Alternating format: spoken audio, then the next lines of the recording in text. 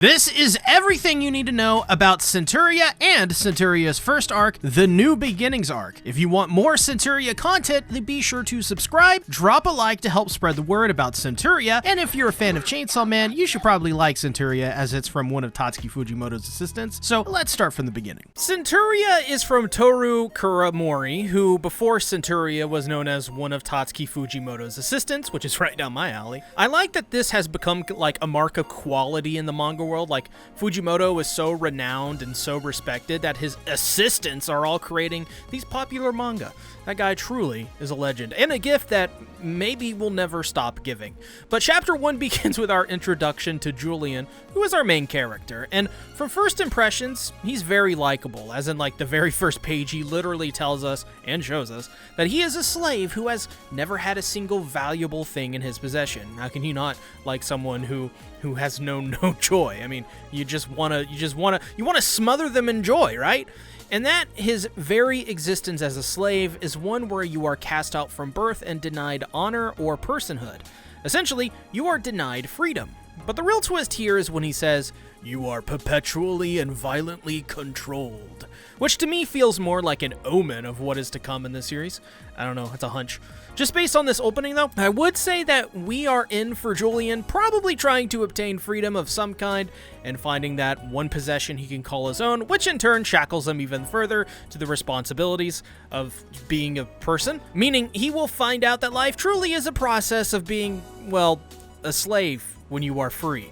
Also, this art is absolutely killer and gives off the vibes of a man on the run from his own destiny, or maybe running towards it, which seems to be on board of a slave ship on troubled waters, opening with the words, "Owning anything is forbidden, so you have nothing." Bad juju, man. Bad juju.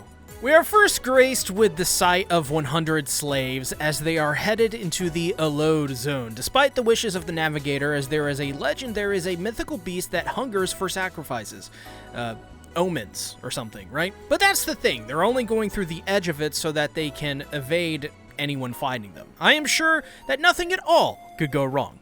This is when they find Julian, who successfully escapes into the arms of slavers. However, this time he is saved by a kind, pregnant lady who totally gives off mother vibes with that short hair to prove it. But we get this beautiful shot of her showing off Toru-san's, brilliant art as she declares that she will share her portion of the food with him. That's a pretty selfless thing to do when she is already sharing her portions with a baby that is growing. It's interesting that these slaves so far give off the vibes that they're more unified than even the captain and his navigator. Because, to back up the kind lady, everyone else on board offers up a bit of their portions too, and welcomes him in as Slave 101. And here we are introduced to Julian's motivations as a character, which is fairly standard for a slave. He wants to earn his freedom on a new continent and live a life he can call his own. But what I love most out of this interaction is that she explains to Julian that as slaves, they aim to help other slaves because it helps them keep their humanity, which she describes as the pride as human beings. And so she presents this old blade her husband gave to her, but has since rusted over due to not being able to maintain it. But his master was a blacksmith, and his mother sold him for a pittance. In other words, Mother of the Year. And as he describes his life, the Preggers lady cringes as hearing the ways that he was tortured. But one day, when he thought he was going to die, he cracked his owner over the head, escaped, and is now on board the ship with them all. But Julian really is pitiful in the eyes of anyone who could hear that story. He even says he's never been treated with compassion, even by his mother. And so these things are foreign to him. But through this act of kindness from Julian, which is funny because he says he doesn't understand compassion, but the act of him helping Meera, the MILF, is an example of common compassion that every human being is capable of having. And so, let's talk about Meera for a second. As a character, besides being a total MILF, by the way, is kind, nurturing, she's selfless. In other words, she's a very good mom and full of compassion. She even knows how to sing to her baby, which should be born at any time. But the best moment is when she allows Julian to feel the baby kick. And this works so well as a scene, because Julian is able to feel what life being born really feels like. He's feeling that humanity inside of her tummy, and he looks to Meera, who just wishes that the baby will be born safe and has a happy life. She cares not about herself, but about the life inside of her ready to be born. It's sweet, but also a lesson to Julian to start to understand what it's like to possess something precious. And then the capstone with Meera telling Julian that she is okay suffering for the rest of her own life, as long as she is happy for the rest of hers. In other words, a slave to love and compassion for her child. Which is when Julian feels his chest tighten, as his experience in life is contradictory to that. It hurts that he gets to see a child get the love that he never got, which is something that I think we all feel. But that is when Meera holds Julian tight as he looks up into her eyes, like a kind and gentle mother assuaging her son's fears, to not despair or dwell on what is cruel, to believe in the love and kindness which does exist. She is giving Julian the tools to feel hope, and that image of Julian looking up to her, it's just heartbreaking to me. It's also a beautiful image, by the way, but because this is a kid who hasn't experienced anything but slavery and being used like an object. So she is giving him, after all of this time, human compassion and filling him with hope so that the tight feeling in his chest will eventually go away. And I love her final words in that moment to Julian. I beg you, don't give up on your fellow man. It's a kind and gentle plea to Julian to understand that just because there are rotten apples out there, that even then humanity still has so much good and so much hope to find. You just have to sift through the garbage to get there, which I love because if you don't know me, I hate that doomer cultist mentality. There may be a lot of bad people out there, but there is just as much hope. And if you dwell on the bad, then it's kind of a self-fulfilling prophecy, and you probably deserve the doom, honestly. You're just not ready for hope, joy, happiness, and compassion. In other words, hurt people hurt people. So Julian the next day takes a beating and covers for Meera's work so that she can rest for the baby so that she can be happy. It's just another example of Meera's influence already on the young boy, showing how being nice and kind to someone who is hurt can give them hope. I also love the small detail of Meera telling Julian how slaves communicate when he is rejected after trying to give another slave food. It's just a neat little tidbit, which I'm sure will come up later in the series. But later that night, Julian is told by Meera that despite being praised as a mother, that she isn't so, as she had a son about his age one time, but was killed trying to protect Meera and his unborn brother, or sister, I guess. And we see him as the spitting image of Meera, as cheerful and as happy as can be. The grief on Meera's face it's really just so hard to look at. She blames it all on herself and sees herself as a failure of a mother. And I think what comes next is the duality of what it is to be human. We suffer and we grieve deeply, taking it all upon our shoulders like some mythological god. But we are strong and resilient. And what completes that circle is Meera. She still retains her hope, practicing what she preached earlier to Julian, telling Julian that even so, her son sacrificed himself for his family, and so all that she can do is make sure her baby is born safely to fulfill her role. And sometimes, think about it like this. In life, sometimes you are happy, and sometimes you are not so happy. That is life. And the doubt she feels wondering if her baby will be born into this world and find happiness, it is sad to see, but that's okay. That means life is doing its thing.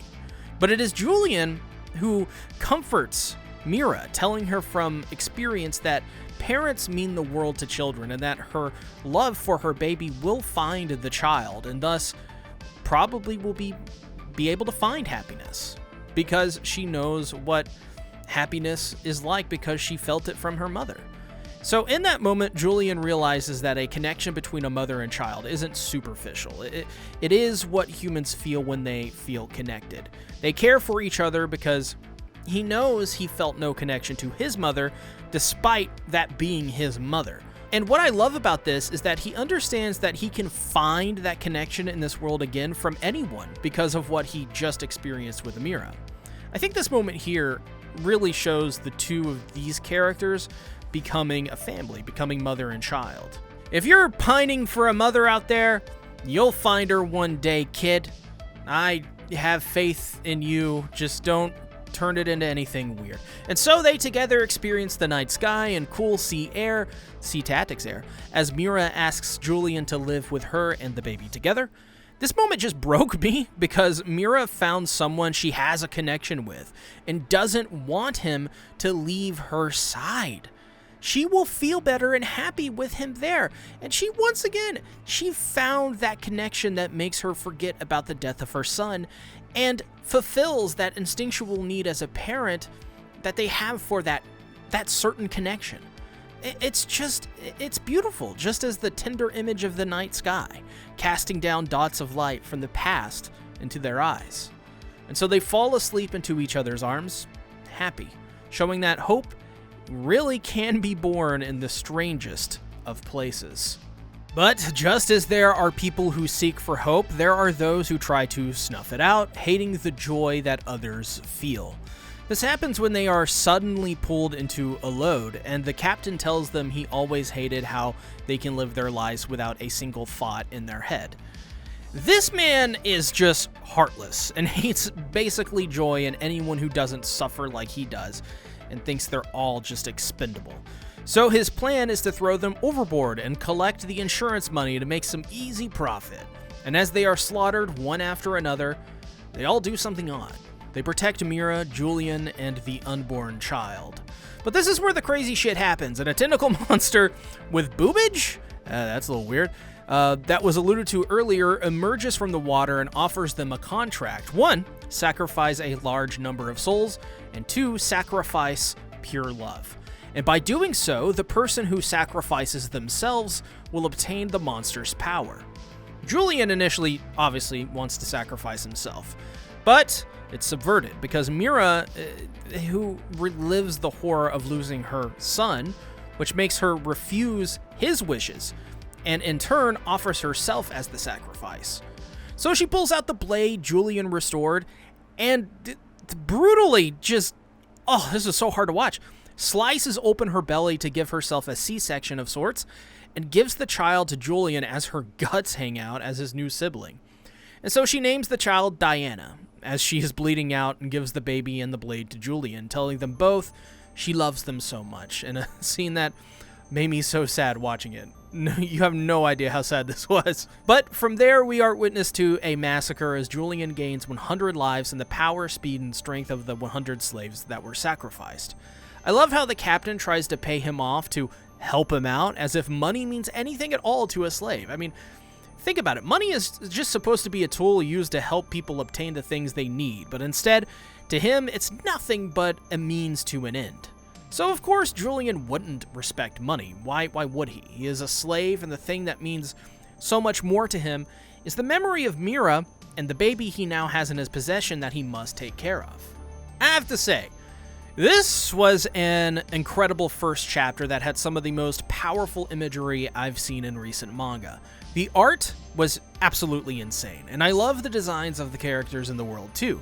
It reminds me of something like Hunter x Hunter meets Berserk meets Vinland Saga. It's just an incredible combination, and the thing that makes this work so well is the strong message of hope in the face of darkness, and how these are two sides of a blade. It really feels like the world is trying to break Julian at every point, but he keeps meeting other people that brings value to his life further. Not objects or wants, but real people who pass on this valuable information and these experiences to him. Well, I guess you could say it's just like real life, and Julian's like me, for real, for real. Basically, money, material objects, these are nothing, but people and experiences, they're everything. Money is for tools who love to be controlled to feel better, but it is people like Julian who feed their head with the riches of the world and push through the hard times. These are the people of the world. These are the fabric of society. Those are the people who have the brightest future. Chapter 2 picks up with Julian remembering what Meera told him about babies. No, not that they are born via carrier bird or whatever those things are. Oh, I was trying to make a joke. This is stupid. Since they have no ways to communicate, they cry, and specifically to Meera saying, "Please don't leave me alone." And she connects with this child. You know, she really empathizes with them, despite being these newborn humans that have no understanding of anything besides what their instincts tell them to seek out.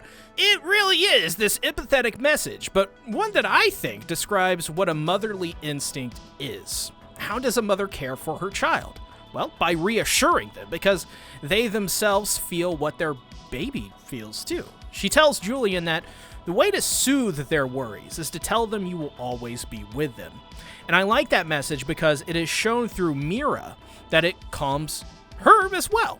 It really puts into perspective just how much Julian hasn't experienced when it comes to the tender side of life. And I'm actually really glad he isn't this doomer cultist edgelord who rejects all notion of a positive mindset. Can you tell? Can you tell? Can you tell I have some grievances? Viewers know that I autistically yap for years now about the growing doomer movement, and the thing I love to seek out in stories is stories with messages of positivity, but not for the sake of it, my friends. No, no, no, no. But in a human way that dives into the core soul of what it means to be a human. The duality of doom and hope. Because to me, I think Meera is a great example. She is a symbol of the balance that I think is often missing with people. Because it's not that I think dooming is necessarily this bad thing we should just ignore, like, you know, box up and put away. We can doom. I think that is a part of humanity. But I also think we need to have just as much hope, even when there doesn't seem to be much. Where I think this ties into Meera, Julian, and Diana is, well, what we're about to talk about in this chapter, oddly enough. So enough autistic blabbering from me for now. Let's get on with the story. Okay, so this chapter is really cool because we get to see the kind of world Centuria is set in. This is where the This is where the Berserk inspiration really shows, with the sea being full of these horrible fish-like creatures who are envious because Julian was bestowed her blessing, which to the others disgusts them, and so they just attack anyways, even if they are punished. I want to mention something here that it's just in the back of my head so far, and I don't know, I feel like I should mention it, even if I come off kind of dumb.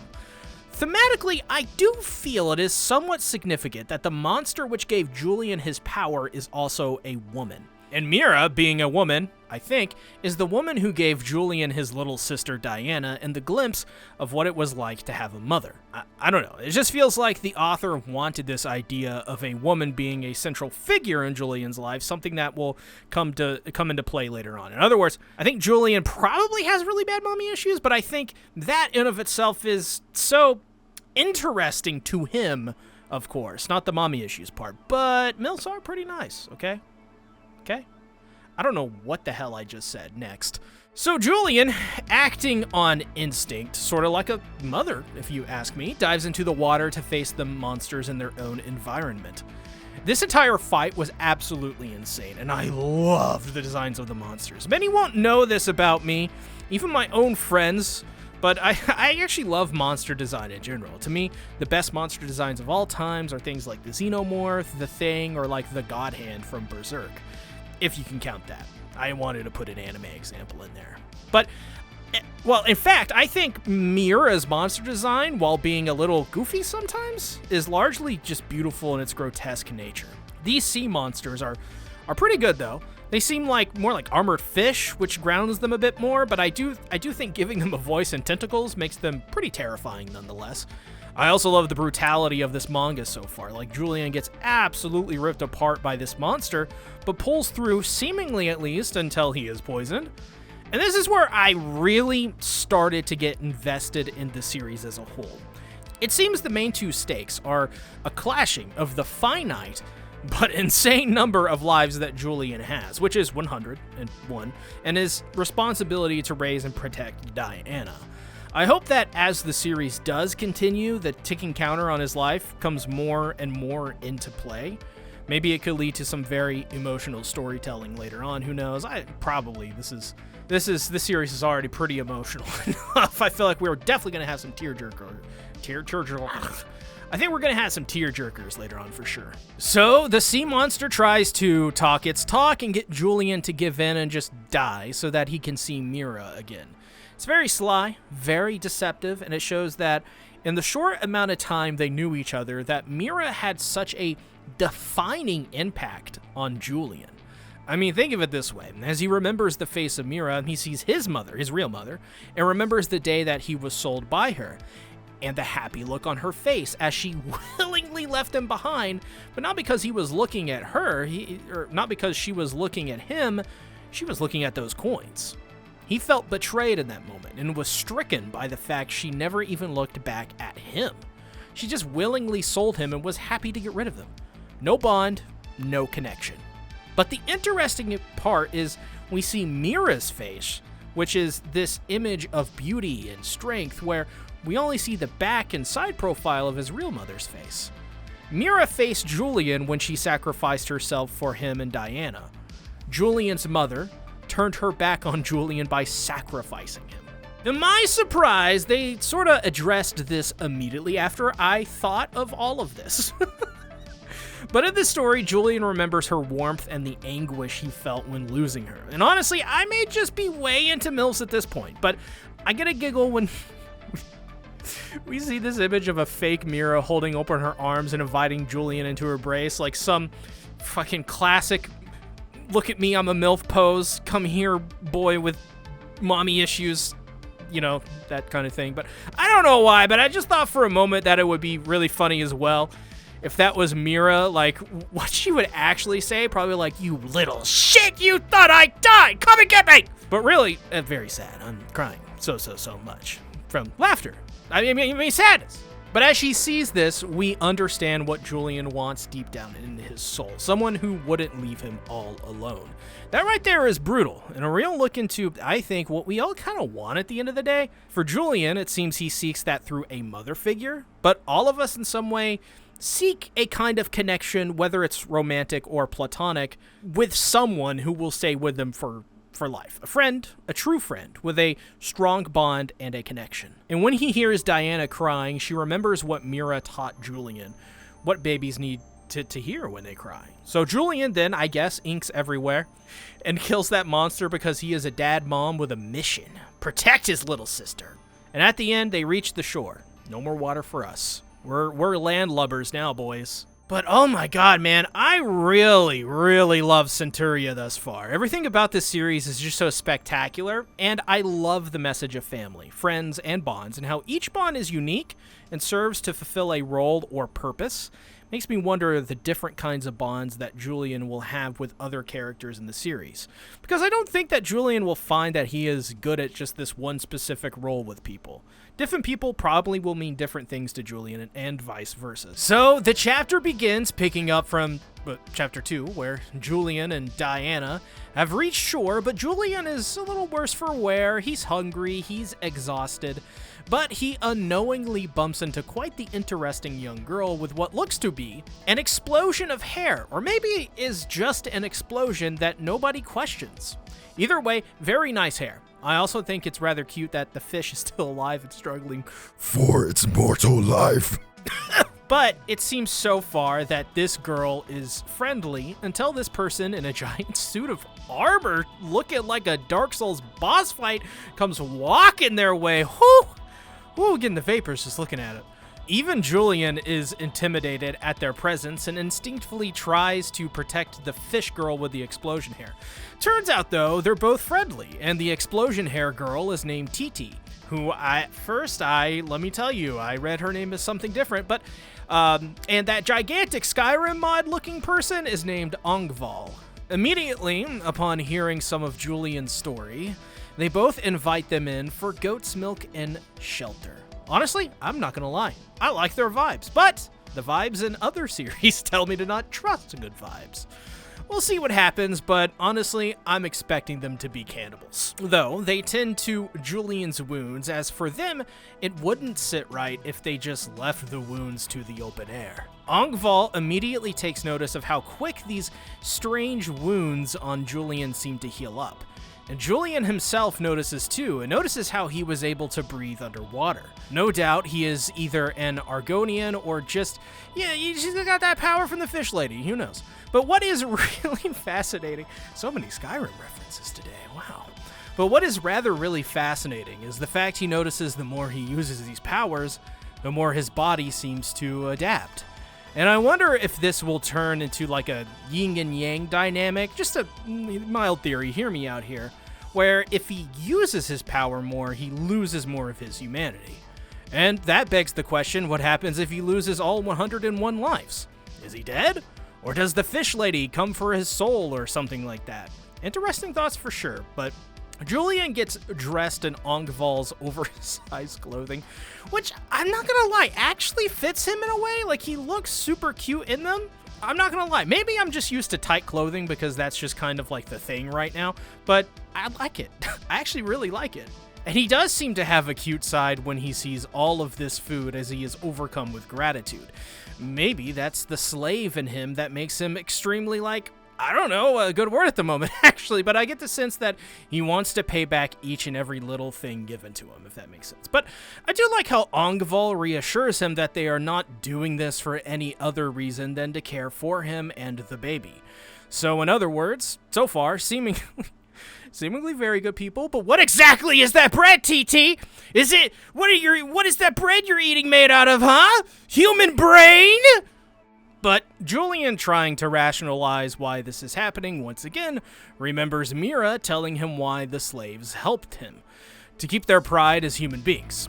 So he accepts it and thanks them, but does promise to repay them in the future, which is fair. So he goes to sleep in the room given to them, but Diana just won't let him sleep. And if you know anything about raising children, which I'm no parent, but I've had to do this before, this happens all of the time. So he goes out to get some air, and oh boy, I really like where this manga went after this moment. He goes out to see Angval bathing, and wouldn't you know it, Angval is a woman. One hell of a woman. A whole lot of woman. Saying she would make up 2 or 3 women wouldn't be enough woman to describe the kind of woman Angval is. Angval is a capital W woman. My type of woman. Call me Ethan and cut off my hand and give me a bottle of water because I'd give it up for Angval. No, sir. I'd give up my life for Angval. Look at those abs. You see that? You see those tree trunk arms and those fucking massive fucking legs? Turns out that Angval is a soldier out to serve her country. Very admirable. Which I am currently changing my name to Country so that she... Anyway, she never goes out without her armor, so suddenly she gets dressed, a real bummer, and asks Julian what is on his mind, as she can sense something every time he looks at Diana and him. Julian tells him the heavy survivor's guilt weighing on his mind, but Angval has a bit of a different outlook on what it means to be family and what it means to be a survivor.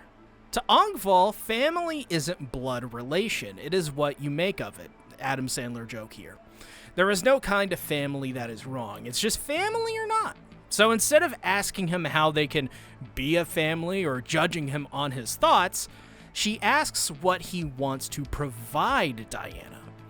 It's an interesting angle to attack Julian's dilemma, but it is an angle that cuts through all of Julian's anxieties and gets straight to the point. This is something I actually have tried to practice doing in my own life, and it is so very hard to do because it requires a lot of confidence and a lot of just experience. But because while it is natural and okay for Julian to have his doubts, it also isn't going to bring back Meera.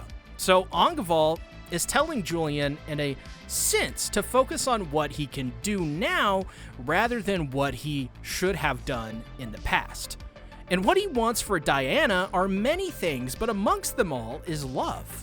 To live a life without any worries and to show her a world without any suffering. Of course, I think this is a bit of a naive dream for Julian to have, but I also think in a world such as theirs, you have to believe in foolish miracles such as the one he is suggesting. It is okay to have hope while at the same time realizing and identifying the dangers and that he likely will not be successful in this task. And that is okay. Much like how it is okay to believe in those foolish miracles we all deep down so deeply want to believe in, but we gotta stuff it down and comment on the internet about how there's no hope and we're all just dust in the wind. Thanks, Reddit. Sorry. And Angval serves as this pragmatic figure, telling Julian that he will have to have a lot of strength on her behalf to survive a world such as this, which to me, strength and hope are effectively similar things and can be interchangeable depending on the situation's desires or goals, which is important because Angval tells Julian that there is no room for hesitation or guilt, but the strength and courage to give it his all for Diana. And that is how he gives her a happy life. That is how he achieves his goal. I like this outlook from Angval because her pragmatic senses are a good and a positive counterbalance to Julian's more optimistic, sort of, this is probably not the best term, but I'm going to say it anyways because I'm an idiot, head in the clouds, idyllic outlook on what he would like to provide for Diana. Angval is basically telling Julian that he doesn't need to go to Vinland or heaven or some sanctuary or like this idyllic America thing of the past where when it was undiscovered, which I think is Vinland, right? Isn't that what Vinland was? I don't know. I need to brush up on my history for that one. But if Julian just shows Diana that he is giving her his all with all of his might and all of his strength, then I think that is the future he wants to achieve. Think of it this way. Fairies don't exist, but it is quite shocking how simple it can be to make someone feel they do, despite knowing it may not. And if Julian is able to achieve all of that for Diana, then she thinks he will be able to forgive himself one day. But we get some really nice gap away from Angval, who immediately transitions into like kind of this delusional thing into telling Julian money will make him happy because money can buy happiness. I mean, it can, right? I mean, we see it, right? Right, Elon? Which is so off base, obviously, but since she could crush my skull in the best of possible ways, whatever that means, I'll let this one slide.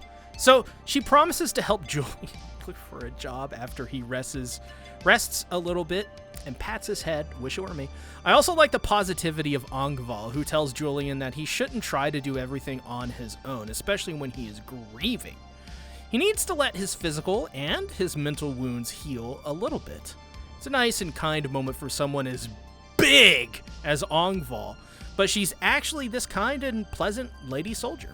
Also loved it when Julian told him he's never met kind-hearted people like them, besides only around 100, which shocks Angval. It was very cute. But 6 months later, Diana has grown up a lot, and she sees a weird demonic goat. I don't know about you guys. I'm sure nothing bad is going to happen. Maybe the goat is a cannibal too. Maybe the goat is just the mailman. Who knows? Okay, but seriously though, Angval, that's my wife, y'all. Wife material. Don't call me a sub because I like big girls.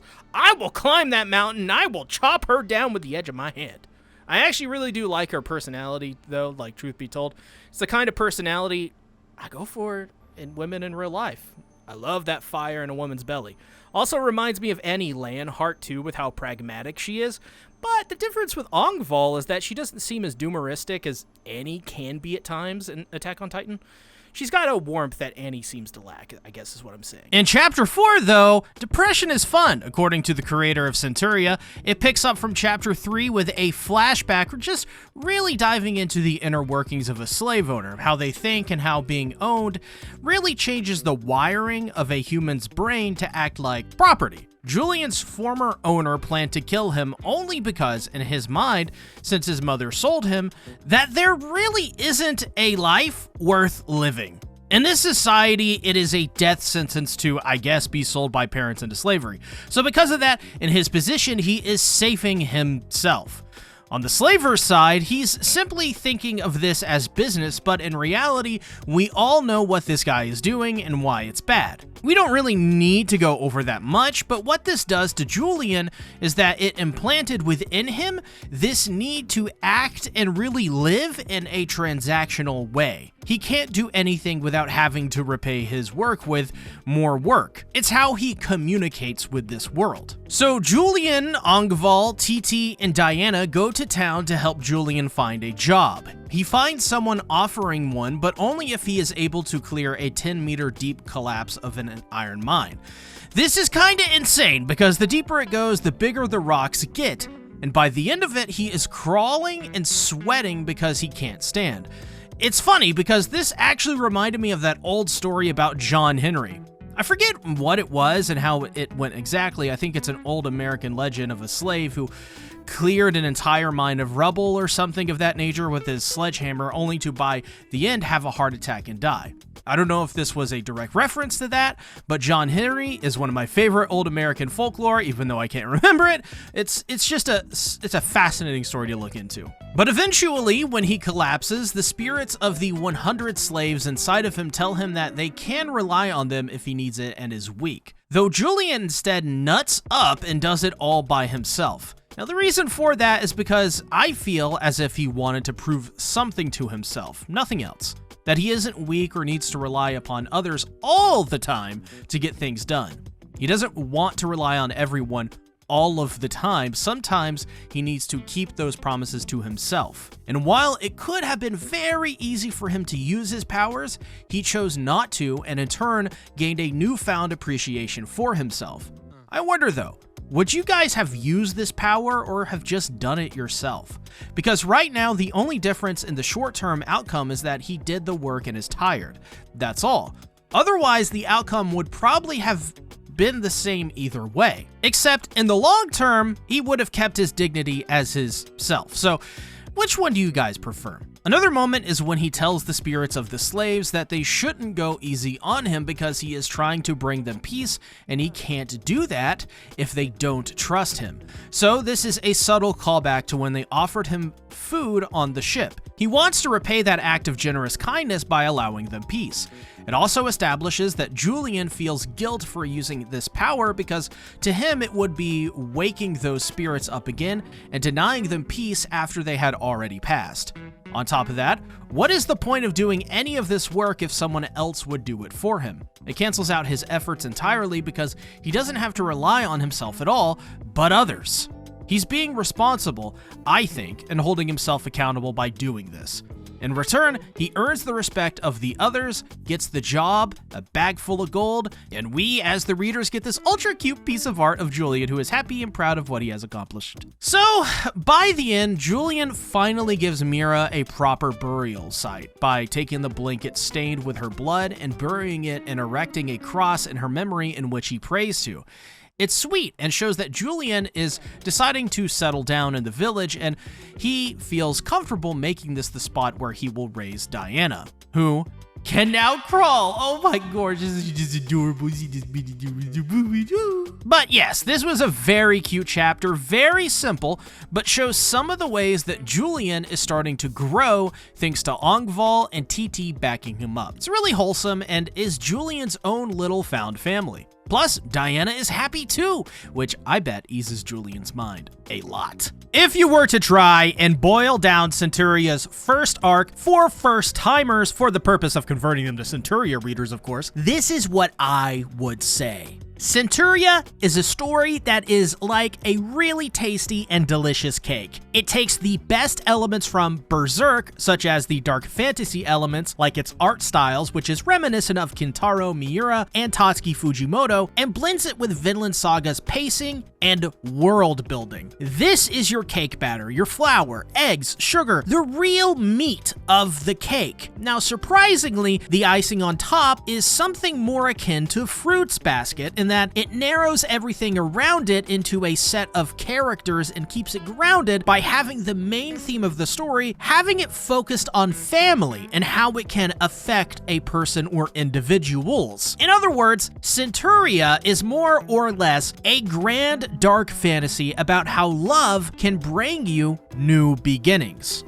Roll credits! Now, mind you, not to solve your issues, but to prepare you to face them by breaking cycles and creating new ones repeatedly. In other words, it's about the progress that love affords Julian and the people surrounding him, like Angval, Titi, and even little Diana. Centuria more or less is a story with its particular setting because it allows Julian to thrive under these conditions and beat back the darkness with the light of love. And that is how I would recommend Centuria's first arc to first-time readers, or those who may not know about it but have heard its name thrown around. Maybe also throw in that he worked as Tatsuki Fujimoto and Yukinobu Tatsu's assistant on Goodbye Eri and Dandadan. That also certainly helps. If you enjoyed this video, here is a video breaking down Chainsaw Man's Reze arc and Kagurabachi's first arc, the Sojo arc. Make it a great day, or not, the choice is yours.